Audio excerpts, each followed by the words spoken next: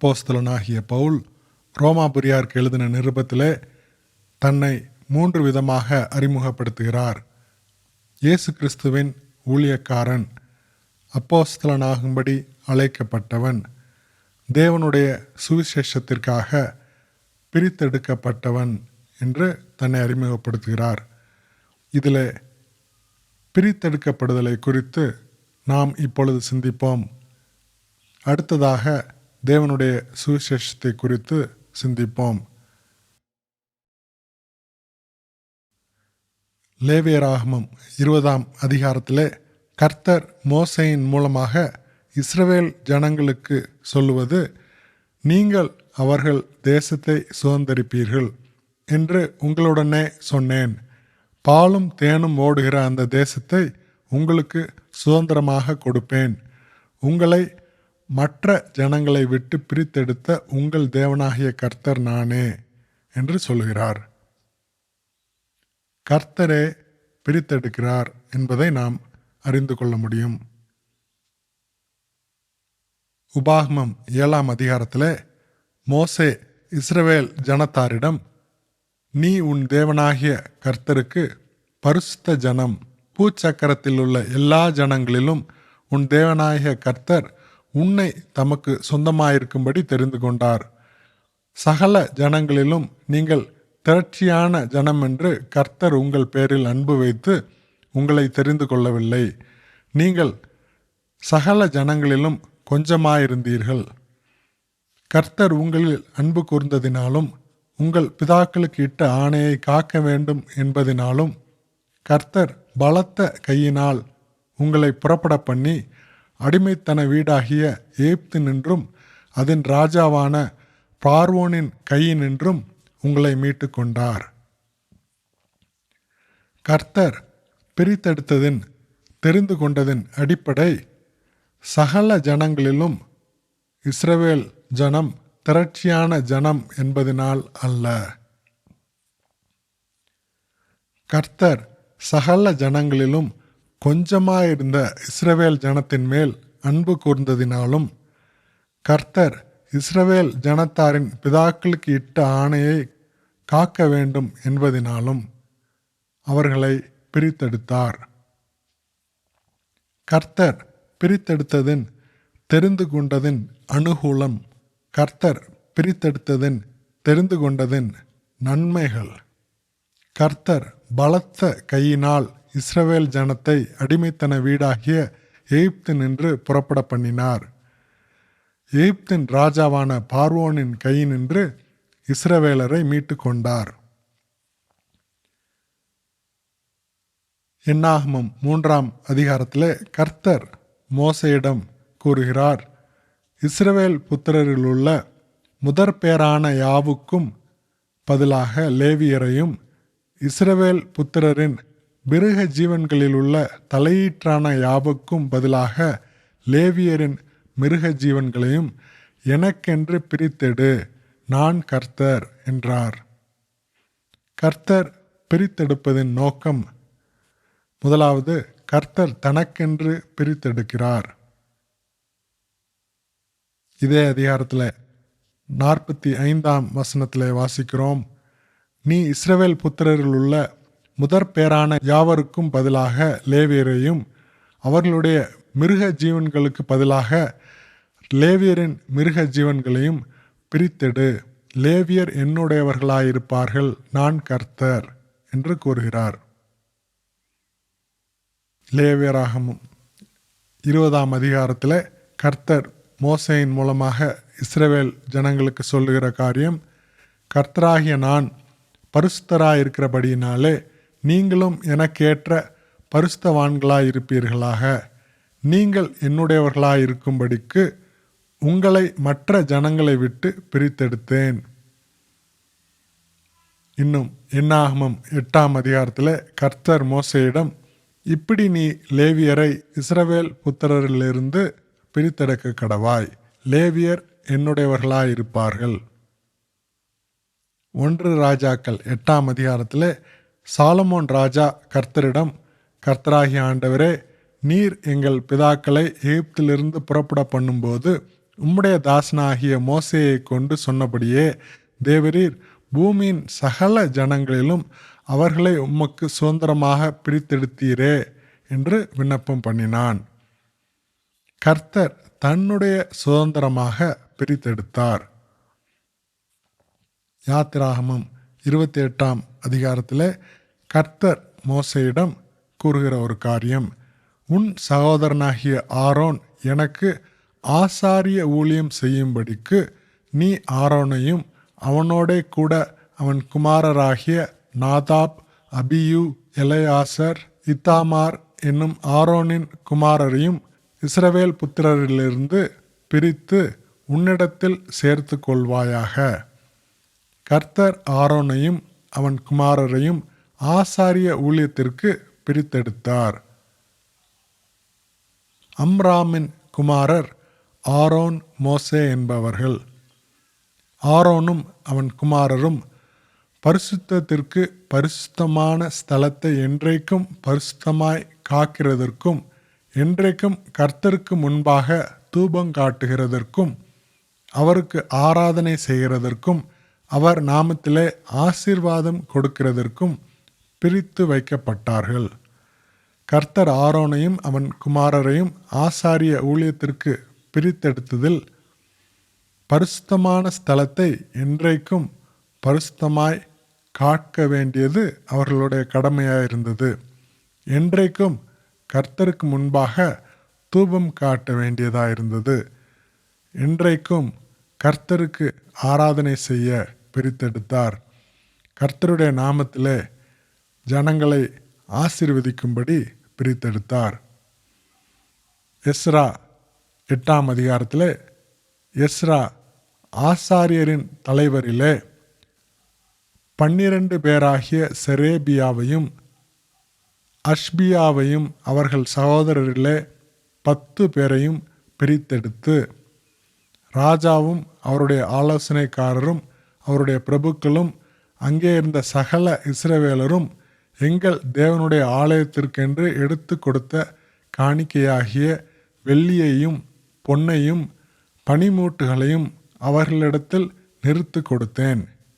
அவர்கள் கையிலே நான் 650 தாலந்து வெள்ளியையும் 100 தாலந்து நிறையான வெள்ளி பனிமூட்டுகளையும் 100 தாலந்து பொன்னையும் 1000 தங்க காசு பெருமான 20 பொற்கிண்ணங்களையும் பொன்னை போல எண்ணப்பட்ட பளபளப்பான 2 நல்ல வெண்கல பாத்திரங்களையும் நிறுத்து கொடுத்து அவர்களை நோக்கி, நீங்கள் கர்த்தருக்கு பரிசுத்தமானவர்கள். இந்த பனிமூட்டுகளும் உங்கள் பிதாக்களுடைய தேவனாகிய கர்த்தருக்கு மன உற்சாகமாய் செலுத்தப்பட்ட இந்த வெள்ளியும் இந்த பொன்னும் பரிசுத்தமானவைகள். நீங்கள் அதை எருசலேமில் இருக்கிற தேவனுடைய ஆலயத்தின் அறைகளில் ஆசாரியர், லேவியருடைய பிரபுக்களுக்கும் இஸ்ரவேலுடைய வம்சத்தார்களுக்கும் முன்பாக நிறுத்து ஒப்புவிக்கும் மட்டும் விழிப்பாயிருந்து அதை காத்து கொள்ளுங்கள் என்றேன் என்று எஸ்ரா கூறுகிறார். பரிசுத்தமானவைகளை காத்து கொள்வதும் ஆசாரிய ஊழியத்தில் ஒரு பொறுப்பாயிருந்தது.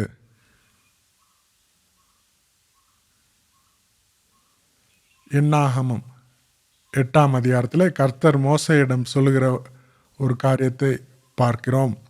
நீ இஸ்ரவேல் சந்ததியாரினின்று லேவியரை பிரித்தெடுத்து அவர்களை சுத்திகரிப்பாயாக. இப்படி அவர்களை சுத்திகரித்து அவர்களை அசைவாட்டும் காணிக்கையாக்க கடவாய். அதன் பின்பு லேவியர் ஆசரிப்பு கூடாரத்தில் பணிவிடை செய்ய பிரவேசிக்க கடவர்கள்.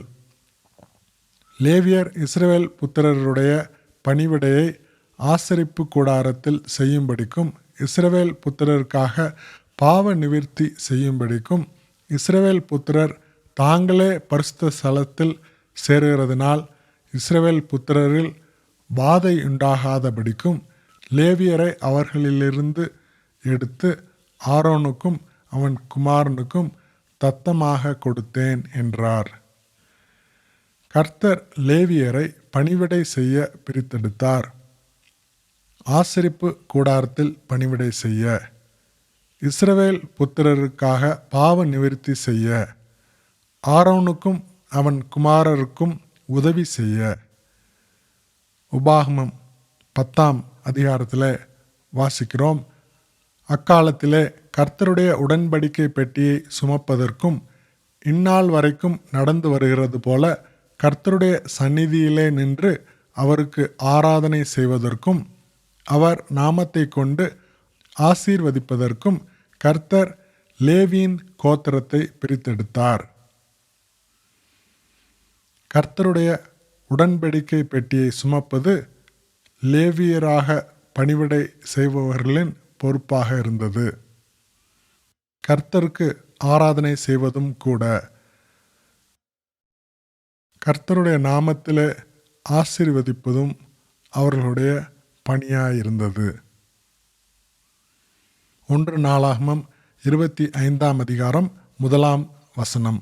மேலும் சுரமண்டலங்களாலும் தம்புருகளாலும் கைத்தாளங்களாலும் தீர்க்க தரிசனம் சொல்லுகிற ஆசாப், ஏமான், எதுத்தூன் என்பவர்களின் குமாரரில் சிலரை தாவீதும் தேவாலய சேனைகளின் பிரபுக்களும் ஊழியத்திற்கென்று பிரித்து வைத்தார்கள். இசைக்கருவிகளை மீட்டு தீர்க்க தரிசனம் சொல்லுகிற ஊழியம் செய்வதற்காகவும் லேவியர் பிரித்தெடுக்கப்பட்டனர்.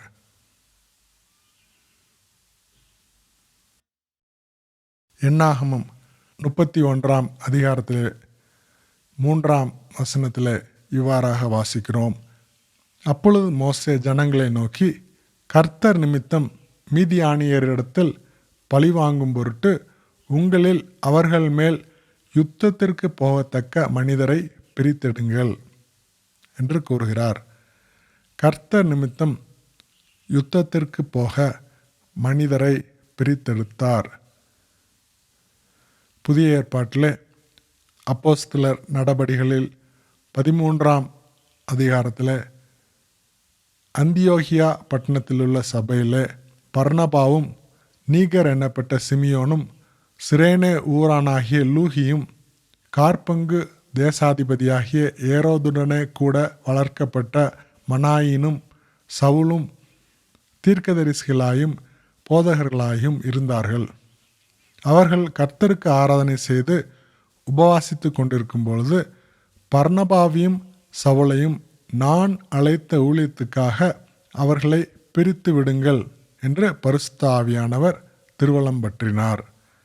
கர்த்தர் அழைத்த ஊழியத்திற்காக பர்னபாவையும் சவுலையும் பரிசுத்த ஆவியானவர் பிரித்தெடுத்தார். ரோமர் 1ஆம் அதிகாரத்தில் தன்னை அறிமுகம் செய்யும் பொழுது தேவனுடைய சுவிசேஷத்திற்காக பிரித்தெடுக்கப்பட்டவனுமாகிய பவுல் என்று அறிமுகப்படுத்துகிறார். இந்த பிரித்தெடுக்கப்படுதலிலே இன்னொரு காரியத்தையும் பவுல் கலாத்தியருக்கு எழுதும் பொழுது எழுதுகிறார். நான் என் தாயின் வயிற்றில் இருந்தது முதல் என்னை பிரித்தெடுத்து தம்முடைய கிருபையினாலே அழைத்த தேவன் என்று கூறுகிறார். இங்கே கர்த்தர் தாயின் வயிற்றில் பிரித்தெடுக்கிறார். கர்த்தர் பவுலை தாயின் வயிற்றில் இருந்தது முதல் பிரித்தெடுத்தார், அழைத்தார். பழைய ஏற்பாட்டிலேயும் இதே போன்ற காரியங்களை நாம் பார்க்க முடியும்.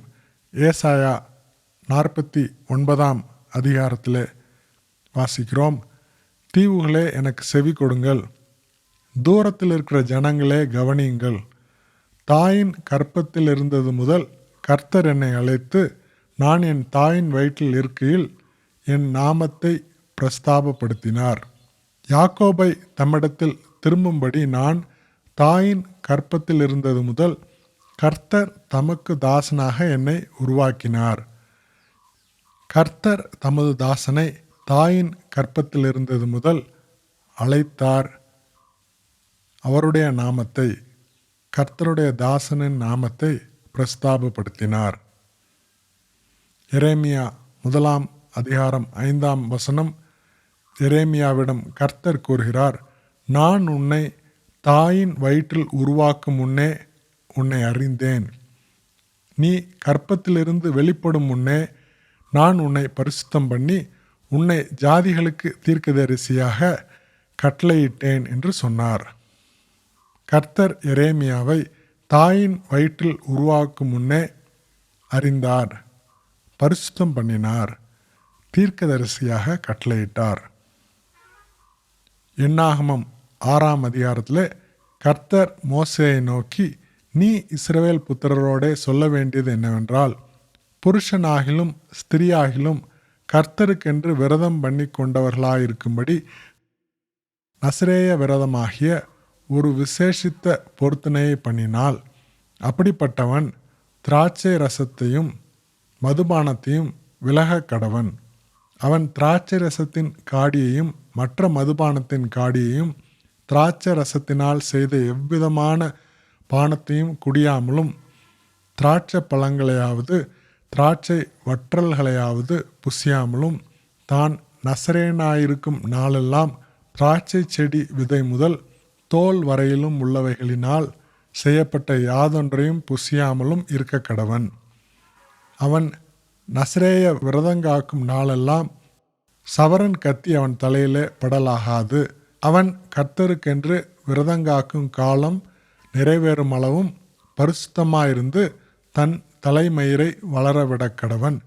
அவன் கர்த்தருக்கென்று விரதங்காக்கும் நாளெல்லாம் யாதொரு பிரேத தண்டையில் போகக்கூடாது.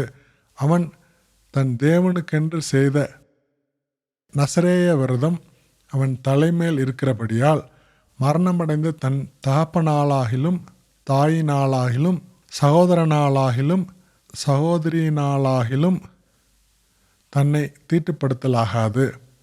அவன் நசரேயனாயிருக்கும் நாளெல்லாம் கர்த்தருக்கு பரிசுத்தமாயிருப்பான்.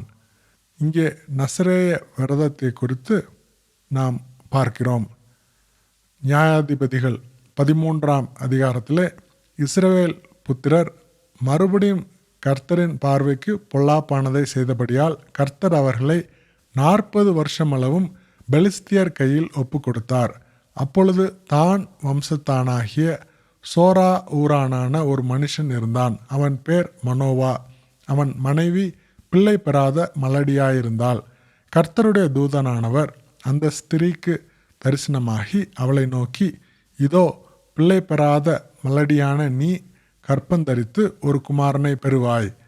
ஆதலால் நீ திராட்சை ரசமும் மதுபானமும் குடியாதபடிக்கும் தீட்டானது ஒன்றும் புசியாதபடிக்கும் எச்சரிக்கையாயிரு. நீ கர்ப்பந்தரித்து ஒரு குமாரனை பெறுவாய்.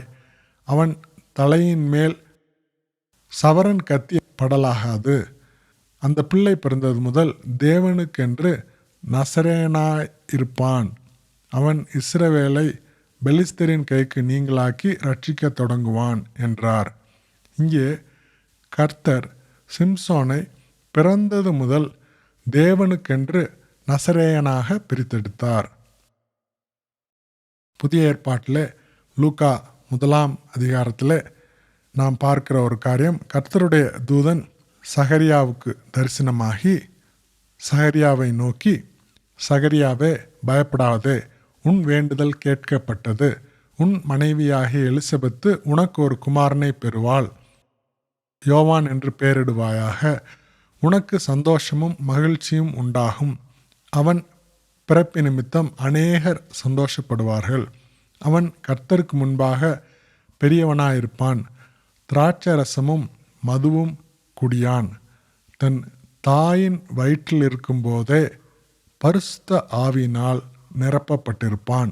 அவன் இஸ்ரவேல் சந்ததியாரில் அநேகரை அவர்கள் தேவனாகிய கர்த்தரிடத்திற்கு திருப்புவான். பிதாக்களுடைய இருதயங்களை பிள்ளைகளிடத்திற்கும் கீழ்ப்படியாதவர்களை நீதிமான்களுடைய ஞானத்திற்கும் திருப்பி உத்தமமான ஜனத்தை கர்த்தருக்கு ஆயத்தப்படுத்தும்படியாக அவன் எலியாவின் ஆவியும் பலமும் உடையவனாய் அவருக்கு முன்னே நடப்பான் என்றான். இங்கே கர்த்தர் யோவான் ஸ்நானனை தாயின் வயிற்றில் பரிசுத்த ஆவியினால் நிரப்பினார் என்று பார்க்கிறோம்.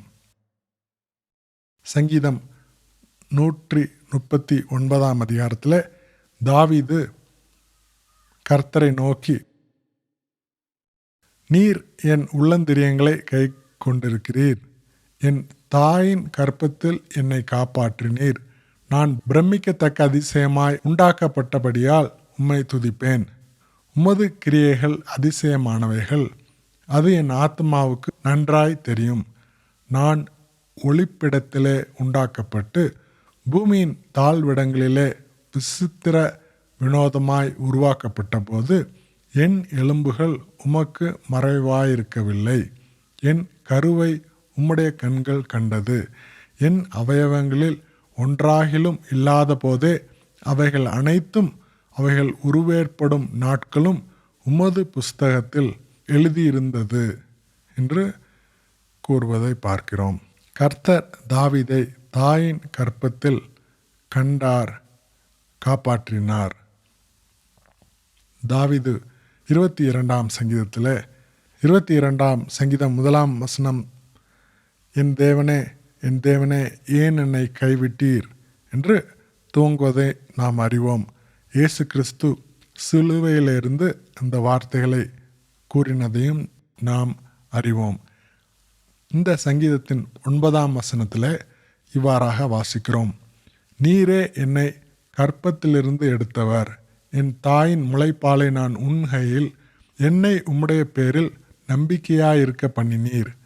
கர்ப்பத்திலிருந்து வெளிப்பட்ட போதே உமது சார்பில் விழுந்தேன். நான் என் தாயின் வயிற்றில் இருந்தது முதல் நீர் என் தேவனாயிருக்கிறீர். கர்த்தர் தாவீதை தாயின் கர்ப்பத்தில் கண்டார், காப்பாற்றினார். கர்த்தர் பேரில் நம்பிக்கையாயிருக்க பண்ணினார். தாவீதின் தேவனாயிருந்தார். கர்த்தர் தாயின் வயிற்றில் பிரித்தெடுக்கிறார் என்று நாம் அறிந்து கொள்வது பிரமிக்கத்தக்க ஒரு காரியமாயிருக்கிறது. இதைவிட நம்மை பிரமிக்க வைக்கும் இன்னொரு காரியத்தை நாம் பார்க்கலாம். எபேசு திருச்சபைக்கு பவுல் எழுதும் பொழுது, நம்முடைய கர்த்தராகிய இயேசு கிறிஸ்துவின் பிதாவாகிய தேவனுக்கு ஸ்தோத்திரம். அவர் கிறிஸ்துவுக்குள் உன்னதங்களிலே ஆவிக்குரிய சகல ஆசீர்வாதங்களினாலும் நம்மை ஆசீர்வதித்திருக்கிறார். தமக்கு முன்பாக நாம் அன்பில் பரிசுத்தம் உள்ளவர்களும் குற்றம் இல்லாதவர்களுமாயிருப்பதற்கு அவர் உலகத் தோற்றத்துக்கு முன்னே கிறிஸ்துவுக்குள் நம்மை தெரிந்து கொண்டபடியே என்று எழுதுகிறார். கர்த்தர் உலகத் தோற்றத்துக்கு முன்னே கிறிஸ்துவுக்குள் நம்மை தெரிந்து கொண்டார் என்று நாம் அறிந்து கொள்கிறோம். தீமோத்தேயுக்கு எழுதின 2ஆம் நிருபத்திலே பவுல், அவர் நம்முடைய கிரியைகளின்படி நம்மை ரட்சிக்காமல் தம்முடைய தீர்மானத்தின்படியும் ஆதி காலம் முதல் கிறிஸ்து இயேசுவுக்குள் நமக்கு அருளப்பட்ட கிருபையின்படியும் நம்மை ரட்சித்து பரிசுத்த அழைப்பினாலே அழைத்தார் என்று எழுதுகிறார். ஆதி காலம் முதல் என்கிற வார்த்தை ஆங்கில வேதாகமத்தில் பிஃபோர் த வேர்ல்ட் பிகான் என்று எழுதப்பட்டிருக்கிறது. உலகம் உண்டாவதற்கு முன்னே கிறிஸ்து இயேசுவுக்குள் நமக்கு அருளப்பட்ட கிருபை. கிறிஸ்துவுக்குள் நமக்கு கிருபை அருளினார் உலகத் தோற்றத்திற்கு முன்னே. தீத்துவுக்கு எழுதின நிருபத்தில் பவுல் எழுதுகிறார், பொய்யுரையாத தேவன் ஆதி காலம் முதல், இங்கேயும் ஆதி காலம் முதல் என்கிற வார்த்தை ஆங்கில வேதாகமத்தில் பிஃபோர் த வேர்ல்ட் பிகான் என்று எழுதப்பட்டிருக்கிறது. உலகத் தோற்றத்துக்கு முன்னே நித்திய ஜீவனை குறித்து வாக்குத்தத்தம் பண்ணி, கர்த்தர் உலகத் தோற்றத்துக்கு முன்னே நித்திய ஜீவனை குறித்து வாக்குத்தத்தம் பண்ணினார். மத்தேயு 25ஆம் அதிகாரத்தில் இயேசு கிறிஸ்து இறுதி நியாய தீர்ப்பை குறித்து கூறுகிறார். அப்பொழுது ராஜா தமது வலது பக்கத்தில் நிற்பவர்களை பார்த்து, வாருங்கள், என் பிதாவினால் ஆசீர்வதிக்கப்பட்டவர்களே, உலகம் உண்டானது முதல் உங்களுக்காக ஆயத்தம் பண்ணப்பட்டிருக்கிற ராஜ்யத்தை சுதந்தரித்து கொள்ளுங்கள். கர்த்தர் உலகத் தோற்றத்துக்கு முன்னே நாம் சுதந்தரித்து கொள்ள தமது ராஜ்யத்தை ஆயத்தம் பண்ணினார். 1 கொரிந்தியர் 2ஆம் அதிகாரம் 7ஆம் வசனத்திலே வாசிக்கிறோம், உலகத் தோற்றத்திற்கு முன்னே தேவன் நம்முடைய மகிமைக்காக ஏற்படுத்தினதும் மறைக்கப்பட்டதுமாயிருக்கிற இரகசியமான தேவ ஞானத்தையே பேசுகிறோம். கர்த்தர் உலகத் தோற்றத்துக்கு முன்னே நம்முடைய மகிமைக்காக தேவ ஞானத்தை ஏற்படுத்தினார். இன்னும் எபேசியர் 1ஆம் அதிகாரத்தில் நாம் வாசிக்கிறோம், நம்முடைய கர்த்தராகிய இயேசு கிறிஸ்துவின் பிதாவாகிய தேவனுக்கு ஸ்தோத்திரம், அவர் கிறிஸ்துவுக்குள்ளே உன்னதங்களிலே ஆவிக்குரிய சகல ஆசீர்வாதத்தினாலும் நம்மை ஆசீர்வதித்திருக்கிறார். தமக்கு முன்பாக நாம் அன்பில் பரிசுத்தமுள்ளவர்களும் குற்றமில்லாதவர்களுமாயிருப்பதற்கு அவர் உலகத் தோற்றத்துக்கு முன்னே கிறிஸ்துவுக்குள் நம்மை தெரிந்து கொண்டார் என்று வாசிக்கிறோம். கர்த்தர் உலகத் தோற்றத்துக்கு முன்னே தாயின் வயிற்றிலே நம்மை பிரித்தெடுத்தது பரிசுத்தத்திற்காக. பழைய ஏற்பாட்டிலும் இந்த காரியங்களை நாம் பார்க்க முடியும். உபாகமம் 7ஆம் அதிகாரத்தில் மோசே இஸ்ரவேல் ஜனத்தாரிடம் கூறுகிற காரியம், நீ உன் தேவனாகிய கர்த்தருக்கு பரிசுத்த ஜனம். கர்த்தர் உலகத் தோற்றத்துக்கு முன்னே தாயின் வயிற்றிலே பிரித்தெடுத்தது பரிசுத்த ஜனமாக பிரித்தெடுத்தார், தெரிந்து கொண்டார். உபாகமம் 14ஆம் அதிகாரத்திலும் வாசிக்கிறோம், நீங்கள் உங்கள் தேவனாகிய கர்த்தருக்கு பரிசுத்தமான ஜனங்கள்.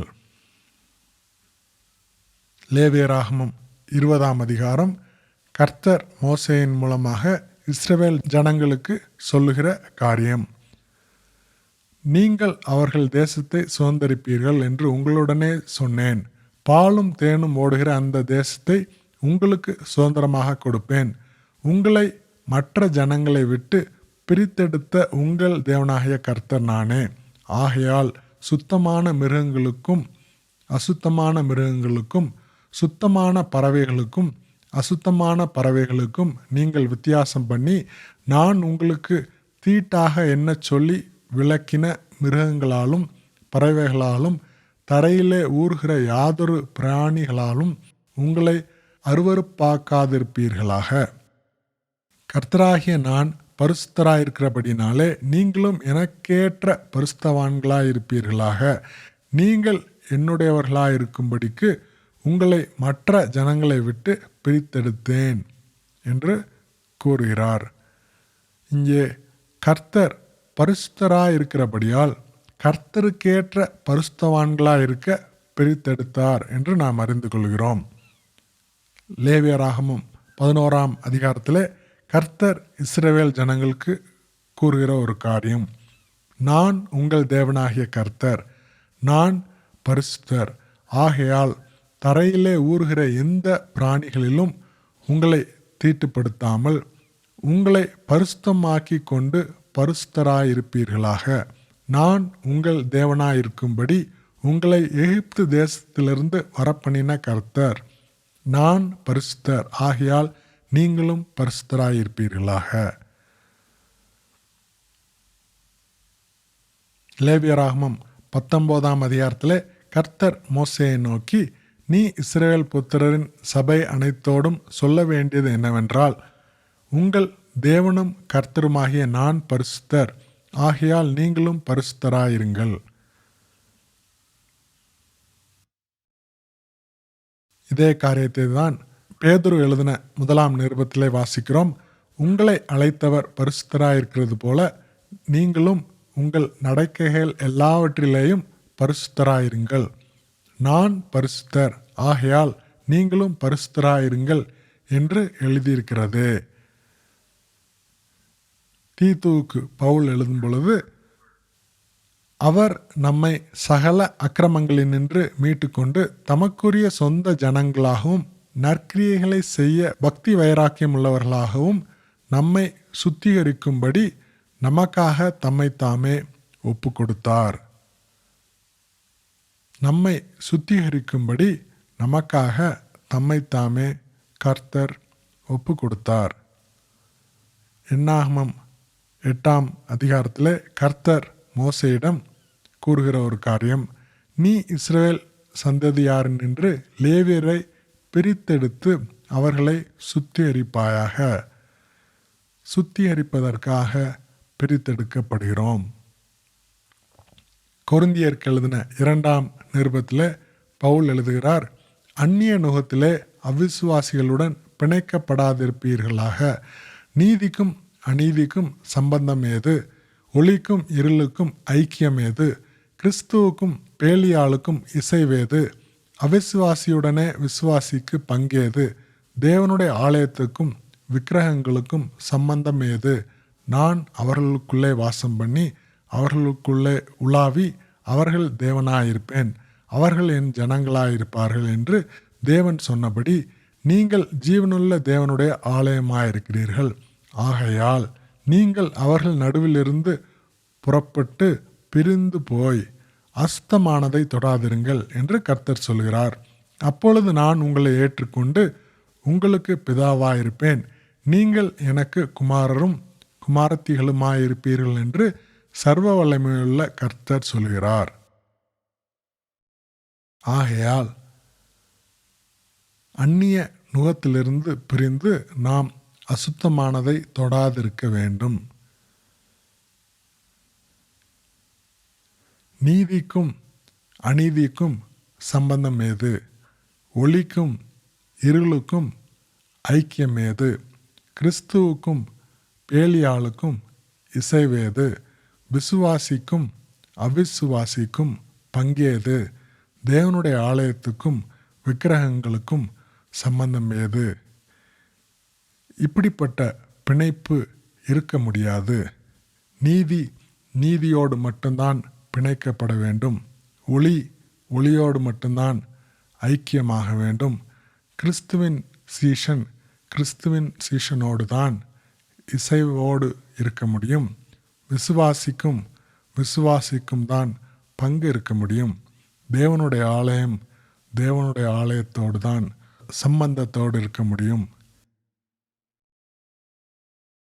யாக்கோபு எழுதின நிருபத்திலே திக்கற்ற பிள்ளைகளும் விதவைகளும் படுகிற உபத்திரவத்திலே அவர்களை விசாரிக்கிறதும் உலகத்தால் கரைபடாதபடிக்கு தன்னை காத்து கொள்கிறதும் தானே பிதாவாகிய தேவனுக்கு முன்பாக மாசில்லாத சுத்தமான பக்தியாயிருக்கிறது. உலகத்தால் கரைபடாதபடி நம்மை காத்து கொள்ள வேண்டும்.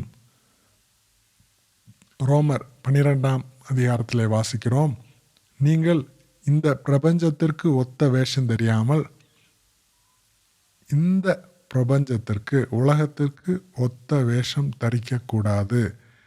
தேவனுடைய நன்மையும் பிரியமும் பரிபூர்ணமான சித்தம் என்னதென்று பகுத்தறியத்தக்கதாக உங்கள் மனம் புதிதாகிறதுனாலே மறு ரூபமாகுங்கள். பேதுரு எழுதின 1ஆம் நிருபத்திலே வாசிக்கிறோம், நீங்களோ உங்களை அந்தகாரத்தினின்று தம்முடைய ஆச்சரியமான ஒளி நடத்திற்கு வரவழைத்தவருடைய புண்ணியங்களை அறிவிக்கும்படி தெரிந்து கொள்ளப்பட்ட சந்ததியாயும் ராஜரீகமான ஆசாரிய கூட்டமாயும் பரிசுத்த ஜாதியாயும் அவருக்கு சொந்தமான ஜனமாயும் இருக்கிறீர்கள். நாம் பரிசுத்த ஆசாரிய கூட்டம். ஜீவனுள்ள கற்களைப் போல ஆவிக்கேற்ற மாளிகையாகவும் இயேசு கிறிஸ்து மூலமாய் தேவனுக்கு பிரியமான ஆவிக்கேற்ற பலிகளை செலுத்தும்படி பரிசுத்த ஆசாரிய கூட்டமாயும் கட்டப்பட்டு வருகிறீர்கள்.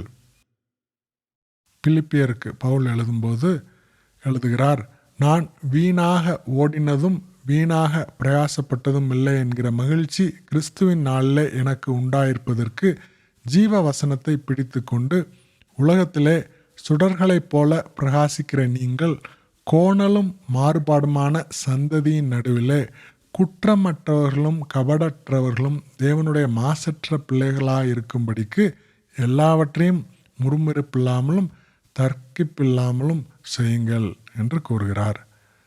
நாம் பரிசுத்த ஆசாரிய கூட்டம். நாம் தேவனுடைய மாசற்ற பிள்ளைகள். இதற்காகவே நாம் பிரித்தெடுக்கப்பட்டிருக்கிறோம். உங்களுக்கு ஒரு கேள்வி. நாம் உலகத் தோற்றத்துக்கு முன்னே தாயின் வயிற்றிலே பிரித்தெடுக்கப்பட்டதின் நோக்கம் பரிசுத்தத்திற்காக. இந்த நோக்கம் உங்கள் வாழ்வில் நிறைவேறுகின்றதா?